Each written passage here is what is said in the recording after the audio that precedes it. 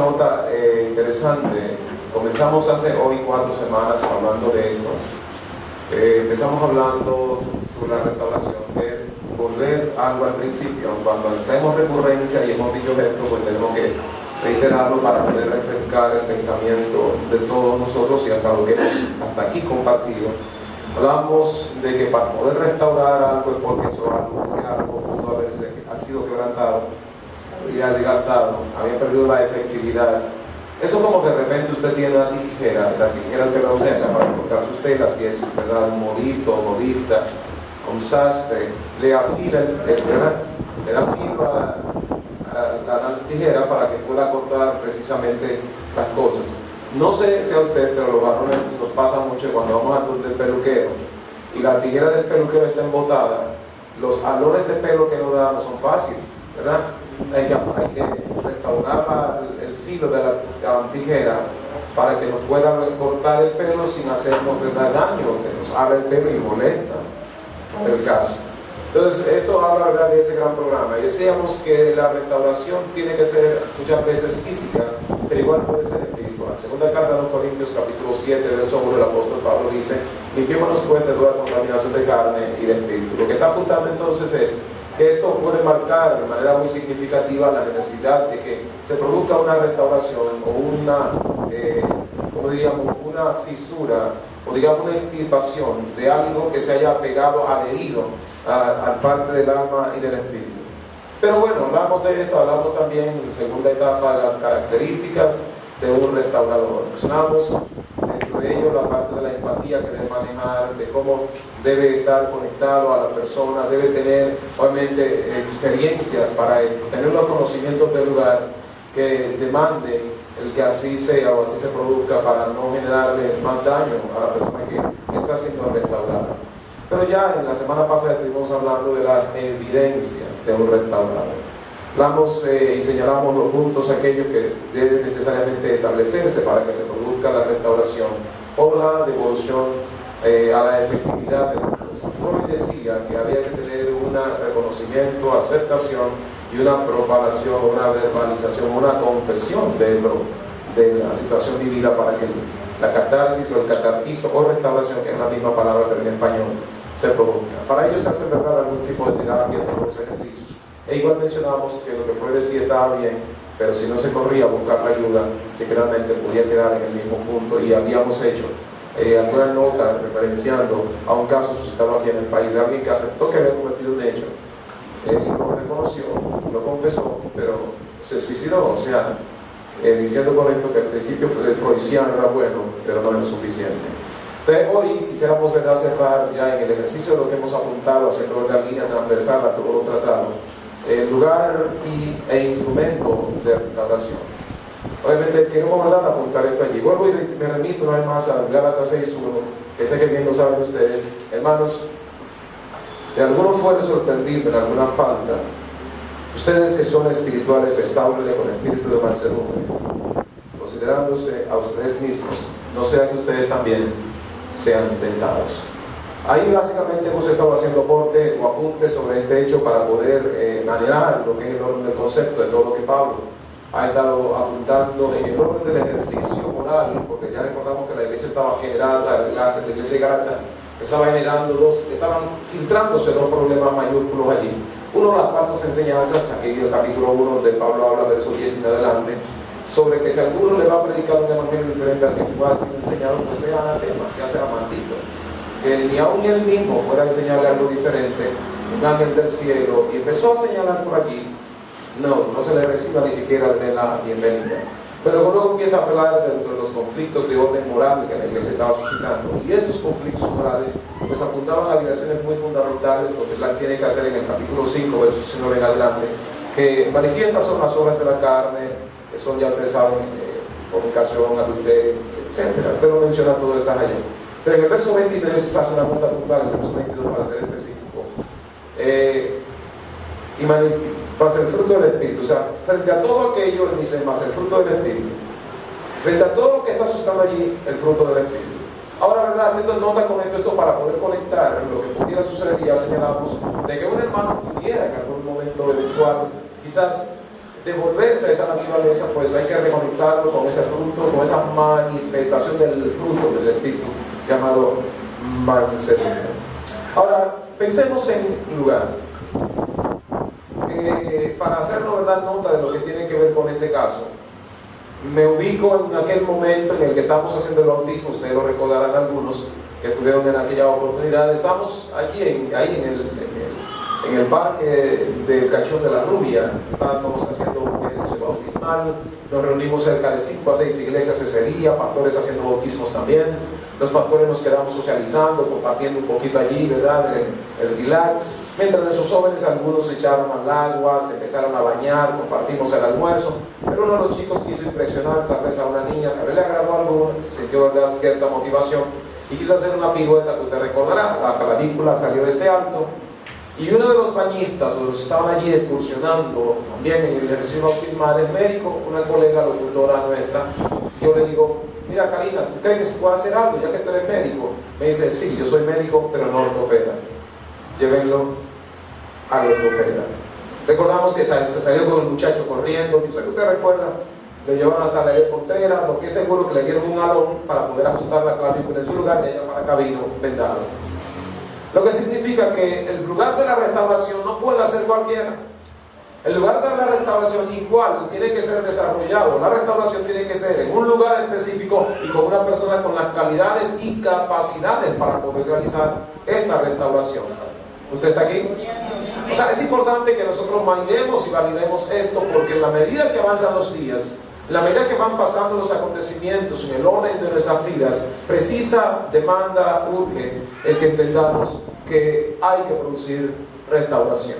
Ahora bien, quiero, ¿verdad?, remitirme al libro de Juan, capítulo 8. Allí quiero apuntar algo interesante. Quiero leer hoy, mientras pensaba en este conversatorio con ustedes, hermanos, el Señor me puso a leer esto aquí, pero me hizo énfasis muy particular en algunos elementos dignos de apuntar.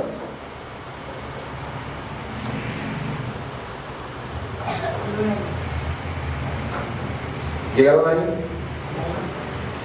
Si lees el verso 37, nota que dice: en el último y gran día de la fiesta, Jesús se puso en pie, alzó su voz diciendo: si alguno tiene sed, venga a mí y beba.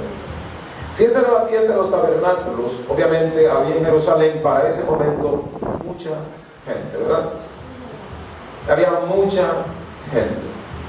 Y en medio de toda esa gente que estaba allí reunida, que el agua ya corría porque era el último día, se vaciaban y se echaban a correr las 6 tinajas para el rito de la purificación. El agua corría y llegaba hasta los tobillos de los sacerdotes, de los levitas, de los sacerdotes y levitas. El agua corría con abundancia. Mientras el pueblo caminaba, el pueblo marchaba, pues se iban haciendo estas cosas. Pero ¿qué sucede? Dice que Jesús se apartó de allí y se fue al monte a hacer lo que él sabía hacer. Pues dice: al monte de los olivos. Y allí una multitud. Note, yo quiero leer esto en el verso capítulo 8. Dice: y por la mañana volvió al templo. Después que se fue al monte, él regresó al mismo lugar donde había estado el día anterior, la noche anterior. Y todo el pueblo vino a él. ¿Quién vino a él? Tómale cariño a eso. Y sentado él les enseñaba. Estaba todo el pueblo reunido y Jesús les enseñaba.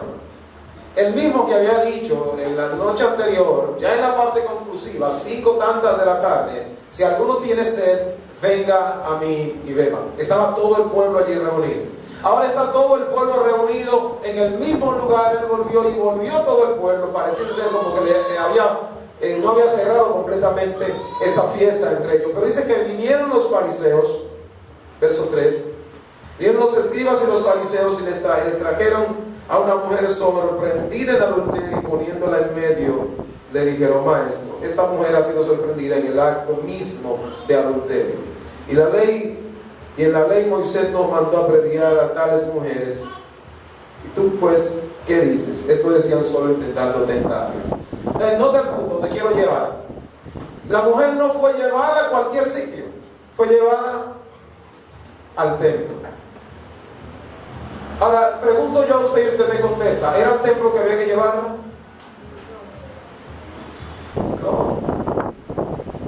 Conforme la ley, había que llevarla a la puerta de la ciudad, al lugar principal donde se establecían los juicios de valores ante el imputado, donde los ancianos del pueblo juzgarían el hecho y dictarían la sentencia que había de dictarse contra tal persona. Lo interesante es que él dice, la sorprendimos en el acto mismo. La pregunta es, ¿y dónde está el que con ella estaba? Porque la ley decía a ambas personas, no decía a la mujer. Porque entonces caben dos razones para pensar. Una, que de pronto estaría uno de ellos mismos ahí, o uno de ellos era tal vez uno de los que estaba allí. ¿Quién sabe si de pronto estos mismos que la iban y la acusaban eran parte también del convite? Uno dice, ¿y cómo sabemos eso? Si seguimos leyendo, miramos que Jesús empieza a escribir, no sé qué escribió, no me voy a pensar lo que haya hecho, lo que sí que todos se sintieron reprendidos de conciencia y ninguno decidió levantar la piedra y lapidar a la mujer. ¿Ven aquí?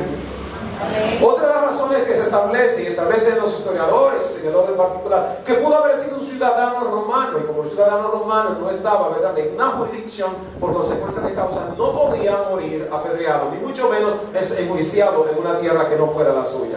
El caso del apóstol Pablo, apeló a César, ningún hebreo, judío, podía juzgarlo, porque él no era, tenía una ciudadanía por encima a la hebrea, era romano. Entonces, anotar el hecho. Cuando estoy pensando en todo lo que tiene que ver con esto, miro, ¿verdad?, que ella la llevan al templo, pero lo que quiero apuntar es esto, y lo quiero, ¿verdad?, tocar más adelantito para hacer una nota maravillosa de lo que el Señor depositó en mi corazón. Miramos, ¿verdad?, que se dan estos casos. Quiero tomarme nota, y es el verso 10, dice que interesante que Jesús, viendo que no había nadie sino la mujer, le dijo, mujer, ¿dónde están los que te acusaban? Ninguno te condenó. Ella dijo, ninguno, Señor. Entonces Jesús dijo, ni yo te condeno, vete en paz, no peques más. Te notamos el hecho de lo que apunto, ¿verdad?, el sentido donde me quiero situar. Entonces, al notar la dinámica, ellos hicieron, ¿verdad?, lo que no estaba estipulado en la ley, en el ejercicio de la ley, pero era lo correcto. ¿Me entendí? Hicieron contrario a lo que estaba estipulado en la ley, pero hicieron lo correcto. La llevaron al templo y la llevaron delante de la persona del Señor. O sea que si vamos a restaurar a alguien, lo más conveniente es traerlo a la presencia del Señor. La enseñanza que nos está indicando aquí es la correcta, porque a fin de cuentas, ¿quién tiene calidad para poder restaurar a alguien a menos que salga de la presencia del Señor? Alábenlo aunque sea bajito. Entonces, en la medida que nosotros podemos entender e interpretar la necesidad de comprender que si vamos a volver a alguien al propósito original, tenemos que traerlo a la casa del Señor y tenemos que presentarlo ante la presencia del Señor. Y note que me encanta que dice que después que Jesús hace las inscripciones aquellas, porque Jesús estaba en el templo, pero en el patio del templo, en el lugar donde está la mujer, porque ya no podían llevarla a otro lugar. O sea, el templo tenía algunas secciones, había una sección para los gentiles, había una sección para las mujeres, que estaban todos allí, para el pueblo en general, que no podían pasar unas barras, pasaban las barras, podían morir apedreados. Jesús estaba en ese lugar y allí fue donde le llevaron a la mujer. O sea, está diciendo, la traímos al lugar correcto. Estamos haciendo algo que es contrario a la ley. ¿Qué quiero significar entonces? Que en un momento determinado lo que la ley establece puede ser buena, pero el Señor tiene algo que está por encima de la ley. Amén. Su presencia. La llevaron ante la presencia del Señor. Y interesante que cuando él hacía las inscripciones y de pronto hace la pregunta del lugar, si alguno se siente redarguido, no tiene nada que le reprende en su conciencia, que lance la primera piedra. O sea, la sentencia de muerte por lapidación o a pedradas, calcule, todo el pueblo, hasta los propios padres de la mujer, el propio marido, los propios hijos también de la madre, si era sorprendida en el acto mismo de adulterio, como ellos dicen, fuimos testigos presenciales, la tomamos, hizo falta, la tomamos en el acto, pues todos tenemos que apedrear, inclusive los padres, los hijos, todos los hermanos, todo el mundo tenía que hacerlo. Qué difícil la ley, ¿verdad? Wow. Mire, yo lo pienso y todavía como que me resulta. Pero la nota es interesante, que por eso estoy diciendo que la ley prescribe, nota, dice algunas cosas, algunos elementos, y por encima de esto está el amor del Señor. Por encima de esto está la gracia del Señor. Por encima de esto está la misericordia del Señor. Entonces miramos esto. Hay en el libro de Zacarías, justo en el capítulo 3, una historia que resulta para mí inspiracional, bastante yo diría. El más grande sea mantener la presencia de Dios. Eso es así. Note interesantemente lo que el libro de Zacarías establece. Capítulo 3. Me mostró el sumo sacerdote Josué. Está hablando aquí de una visión. Esta sería la cuarta visión. Está diciendo, eran varias visiones que el Señor le había dado a Zacarías. Unas 8 en total, por considerar. El Señor le había dado estas a Zacarías 8 visiones, y dentro de esta visión, la cuarta de ella establece: me mostró al sumo sacerdote Josué, el cual estaba delante del ángel de Jehová, y Satanás estaba a su mano derecha acusándole. ¿A dónde estaba?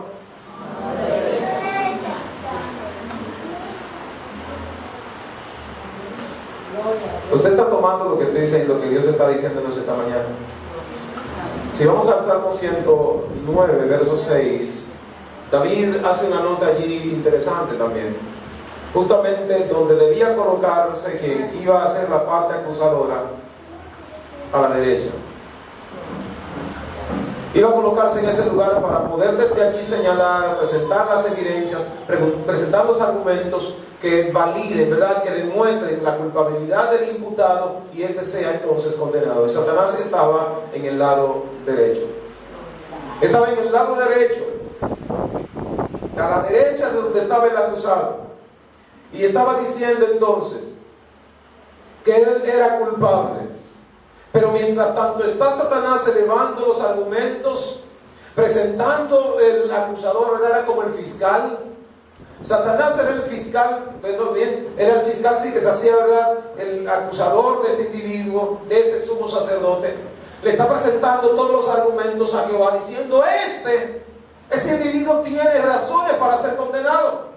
Este individuo tiene y ha hecho todo lo posible, mira, ha marcado todo, mira, de hecho, tiene muestras en sí mismo de que es culpable. Y note, dice el verso 2: y Jehová dijo a Satanás, Jehová, oh Satanás, te reprenda, porque ha escogido a Jerusalén, te reprenda. Y luego entonces empieza a decir: no es este un tizón, un carbón encendido, semiapagado, arrebatado del incendio. Sus ropas están, ¿verdad?, marcadas por el pecado. Y si recordamos, si vamos allá en el libro de Éxodo, donde el Señor hace la escogencia de Aarón y sus hijos, dice el Señor a Moisés: llévalo a la puerta del tabernáculo de reunión, allí desnúdalos, báñalos, luego vístelos, luego úngelos con aceite, luego conságralos, o sea, ponle sangre. Le está diciendo que él esté ya consagrado, pero le está diciendo: la ropa que se le puso ayer están manchadas hoy. Él tiene razón para ser condenado, Señor. Él tiene razón para ser enjuiciado, Señor. Él tiene razón. Mira, le estamos presentando los argumentos y él tiene evidencias ¿verdad?, ineludibles, evidencias no contradictorias. Este juicio, ¿verdad?, todos los elementos, todo el peritaje, todas las evidencias que puedan condenar o que dicten, ¿verdad?, o que inclinen, ¿verdad?, el mazo de descargue para la condenación de este, están todos marcados. Mira, él tiene esas razones, él tiene esas evidencias. ¿Qué tú crees que se puede hacer? No, que el Señor no está diciendo: tú estás mintiendo. El Señor no le está diciendo a Satanás en este momento: tú estás mintiendo. Él lo que le está diciendo: te reprendo. Porque si notamos lo que dice el verso siguiente, está diciendo, sí, es verdad, mira, te estamos quitando las ropas viles, te estamos vistiendo ropa de gala, pero no vuelvas a pecar. ¿Alguien me está siguiendo? O sea, el lugar en el que el Señor va a producir la restauración es en su presencia. Donde Satanás fue a acusar a Aarón, al sumo sacerdote de Josué, fue a acusarlo justamente delante de Jehová, del que tenía en su haber la capacidad de juzgar las cosas, ¿verdad? Como irremisiblemente contradictorias, como irremisiblemente sustanciada, ¿verdad? Para poder entonces dictar la sentencia. Yo no sé si el Código Procesal Penal de entonces contemplaba esto, y obviamente que sí. O sea, para poder demostrar la culpabilidad de alguien de ayer igual hoy, es exactamente lo mismo. Nadie puede ir con argumentos basados en suposiciones. Tiene que tener las evidencias de la culpabilidad. Y Satanás está diciendo, yo puedo decir que este es culpable porque mírale las ropas, Señor.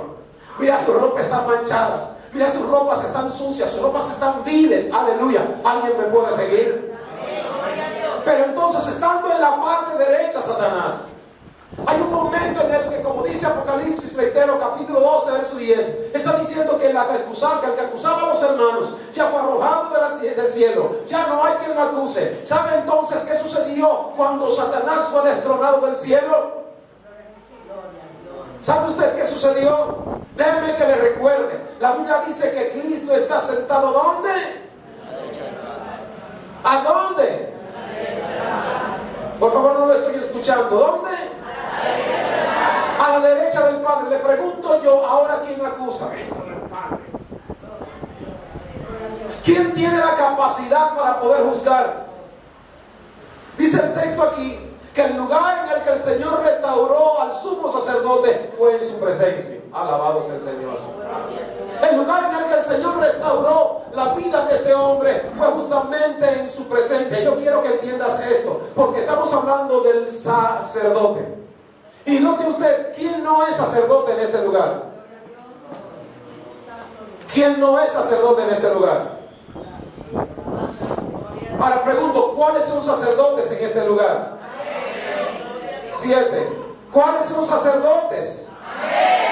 O sea, si todos somos sacerdotes, 1 de Pedro capítulo 2, verso 9, y ustedes son real sacerdocio, pueblo adquirido por Dios, para que anuncien las virtudes de aquel que les llamó de las tinieblas a la luz admirable. Note, Él nos llamó de las tinieblas, Él nos llamó de ese lugar donde estábamos como culpables, condenados, reos, esperando solo una sentencia de muerte. Estábamos nosotros condenados como todo, esperando el día de nuestro justiciamiento, pero apareció alguien que dijo al tipo aquel, tú que nos estás acusando, te quitas de allí, yo voy a sentarme en ese lugar, me voy a colocar a la derecha del juez, me voy a colocar a la derecha de él, y ahora nadie podrá acusar al que yo puedo declarar inocente, porque ¿quién acusará a un escogido de Dios? Si el juicio se hace en la presencia del Señor, y el Señor ha descargado el mazo diciendo, ya no hay quien te acuse, ya no hay quien te señale, ya no hay quien te acuse, porque Cristo ha sido quien ha justificado a aquel que ha caído.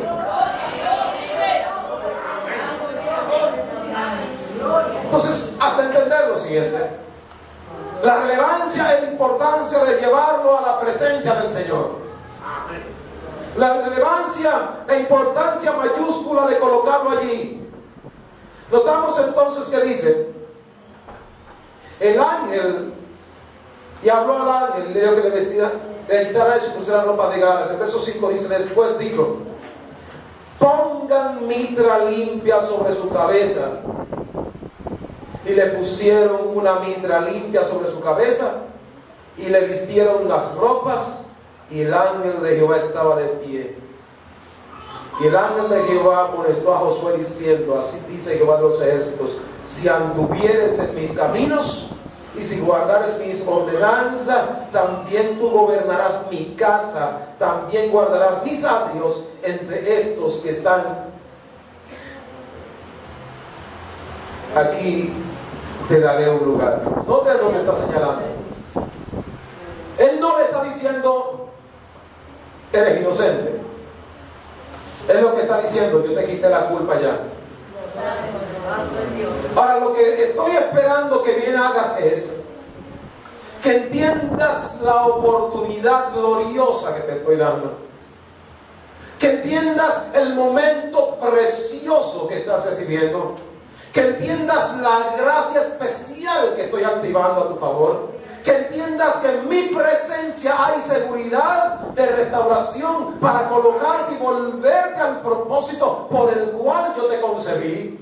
Ahora, note que esto no solo está representando a Josué per se, está hablando de una nación completa a la que el Señor le dijo: ustedes serán mis sacerdotes, ustedes, toda la nación, serán mis sacerdotes. No está hablando del sacerdote per se, está hablando de todos y cada uno de los del pueblo, solo que él era el que lo representaba, y se los expongo de esta manera. Recordamos que cuando Aarón fue consagrado, recuerdo que le dije que fue ungido con aceite, y fue ungido su lóbulo derecho de la oreja acá atrás, su pulgar derecho de la mano, igual el del pie, significando la relevancia e importancia de lo que Dios quería. Pues este aceite implicaba la habilitación para tener una de las calidades que el ser humano necesita para poder alcanzar los propósitos de Dios: es oír. Gloria a Dios. ¿Alguien me sigue? Amén. Oír. Pero también el pulgar. Tú no puedes apretar si no tienes el pulgar. El Señor está diciendo ahora: para tú poder atrapar o apretar o sostener algo, necesitas tener la unción en ese lugar, porque hay cosas espirituales que van a ser sostenidas solo por quienes tengan unción en las manos. Oh Dios, alguien me puede entender. Pero más está diciendo el pulgar derecho de sus pies. Recordamos que alguien, para poder correr, para poder tener niveles de equilibrio, necesita tener el pulgar derecho de los pies, ¿sí o no? Pues el Señor está diciendo y queriendo establecer la necesidad de nosotros caminar, como dice él: háganse sendas derechas para sus pies, no se tuerzan, no se salgan, como dice en recomendaciones a Josué capítulo 1, verso 8. Está diciendo: oiga, cuídate de guardar todo lo que mi siervo Moisés te mandó, sin apartarte a la derecha ni a la izquierda. El Señor le está hablando esto. Está diciendo: si vas a caminar, recuerda que haya pies ungidos. Alabado Dios. Que haya pies ungidos. Pues el Señor le está diciendo a este sacerdote: ¿sabes algo? Óyeme, cuando se está produciendo todo esto y Aarón ya fue colocado allí, dice: todo el pueblo venga, coloque la mano sobre Aarón, y Aarón va a cargar las culpabilidades del pueblo, y correrán de la presencia del Señor trayendo todo el pecado del pueblo. ¿Usted está aquí? Porque Aarón sería el representante de Dios en el pueblo, pero también sería el representante del pueblo ante la presencia del Señor. O sea, si vas a restaurar, el lugar para poderlo hacer tiene que ser en la presencia del Señor. O sea, nuestros conocimientos pueden ser buenos. De hecho, nuestras motivaciones también pueden ser buenas. Pero eso no significa que sean las correctas. Lo voy a repetir. Nuestros conocimientos pueden ser buenos. Nuestras herramientas igual pudieran serlas. Pero no garantiza que podamos restaurar a alguien a menos que lo hagamos en la presencia del Señor. Lo que necesitamos nosotros por encima de todas las cosas no es tratar de razonar, es tratar de ir a la presencia del Señor y decir: Señor, une mi oído para yo oír qué es lo que debo hacer. Une mi oído para yo entenderlo. Por eso la dinámica de Dios me encanta, que la palabra obediencia y la palabra oír en el contexto de hebreo, el idioma hebreo, es exactamente la misma. Shema, Shema, Shema, 6:4 de Deuteronomio. Shema Yisrael, Yahweh vuestro Señor es uno. Es ese texto está diciendo: Jehová nuestro Señor no hay. Pero oye eso, no son dos, es un solo. En la presencia del Señor Él necesita a alguien que escuche qué es lo que debe hacer, cómo lo va a hacer, cuándo lo va a hacer y a quién lo va a hacer. ¿Alguien me está entendiendo? Pero es en la presencia, en el lugar donde están las garantías, es en la presencia. No es en la esquina con el hermano, no es en mi casa compartiendo allá con la almohada. Es en la presencia del Señor donde tendremos las garantías. Es en la presencia del Señor donde va a haber el nivel de restauración. Y esto es lo que el texto sagrado nos está explicando. Que en el atrio del Señor allí estará plantado. El Salmo 92 dice: el justo florecerá como la palmera, crecerá como cedro en el Líbano, plantado en la casa de Jehová. En el atrio nuestro Dios florecerá. Porque me está diciendo: en ese lugar yo te voy a dar un espacio permanente. Wow, gloria a Dios. O sea, el que es restaurado en la presencia del Señor tiene un lugar permanente en el atrio del Señor. Por eso, si la Biblia dice en el Salmo 84 que es mejor un día en los atrios de la casa del Señor que 1000 fuera de él, Él está diciendo: yo escogía primero estar en el atrio del Señor, estar en el patio, ni siquiera estar en el lugar santo o santísimo. Él se conformaba con estar en el atrio. Pero hay una verdad trascendente para el que entiende la revelación de este tiempo, para el que entiende la gracia que se ha aperturado. El patio es para cualquiera. Alguien que entendió lo que fue restaurado por el Señor dice: yo voy hasta el lugar santísimo porque ahí tengo una cita con el Señor. Alguien viene. Oye, y el Señor está diciendo: tiene la gran oportunidad. Pero quiero hacerle una nota más enfática. Está diciendo, cuando señala, pónganle una mitra limpia. ¿Cómo? ¿Dónde se colocaban las mitras? ¿En qué parte del cuerpo se coloca la mitra? En la cabeza. ¿Por qué el Señor le dice a los ángeles: pónganle una mitra limpia a Josué? ¿Se detiene usted un momento a pensar? En él había una batalla recurrente, había un conflicto permanente, en él había una situación terrible. El estado emocional de este sacerdote estaba, ¿verdad?, bien por el piso. Sus pensamientos eran donde estaba la mayor batalla. Él no se sentía perdonado, de pronto se sentía culpable, se sentía reo de muerte, se sentía, ¿verdad?, un sentenciado, se sentía que ya la tierra tenía que abrirse y tragárselo. Eso estaba pasando por la cabeza de él.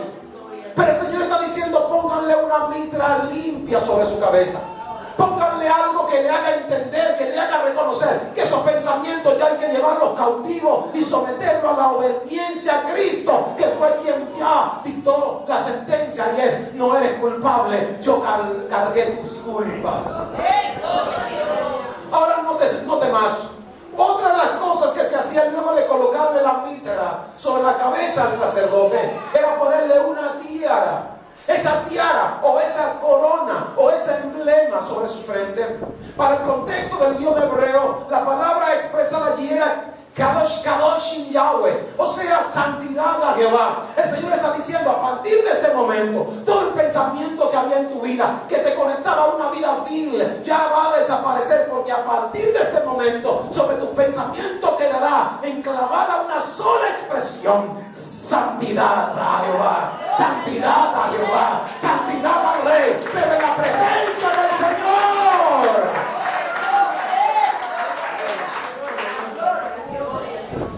Y no de todas estas batallas le está teniendo a Josué. Toda esta lucha y un acusador implacable. Pero el Señor le dice: que el Señor te reprenda. ¿Y cree usted que Satanás podía permanecer ante la presencia del Señor cuando la reprensión fue dictada? No. Patica, ¿para qué te quiero? Ahora, ¿sabes? Y sabe usted, hermano, una de las notas que tenemos que tomar bien claro nosotros es que cuando de repente llegan estas crisis en el orden de nuestro estado emocional, a través de las experiencias de nuestras caídas, lo conveniente es correr a la presencia del Señor. Amén. Gloria a Dios. Lo conveniente es correr a la presencia del Señor. Lo conveniente es venir corriendo: Señor, mira, yo he pecado contra el cielo, contra ti. Y ahí es donde tenemos que estar. El Señor le da algunas promesas a Josué. Escucha ahora, Josué, sumo sacerdote, tú y tus amigos que se sientan delante de ti. O sea, le está diciendo: tú tienes un nivel de autoridad tan grande que hay gente que se sienta delante de ti. Hay gente a las que tú le estás ministrando. Hay gente a las que dependen de ti. Hay gente que necesitan tu ministración, tu intercesión, Josué. Óyelo esto y tenlo bien claro. Y le sigue diciendo más: porque son varones simbólicos. He aquí yo traigo mi renuevo de mi siervo, a mi siervo el renuevo. He aquí yo estoy trayendo a esos que son simbólicos, le estoy trayendo a mi hijo el Mesías.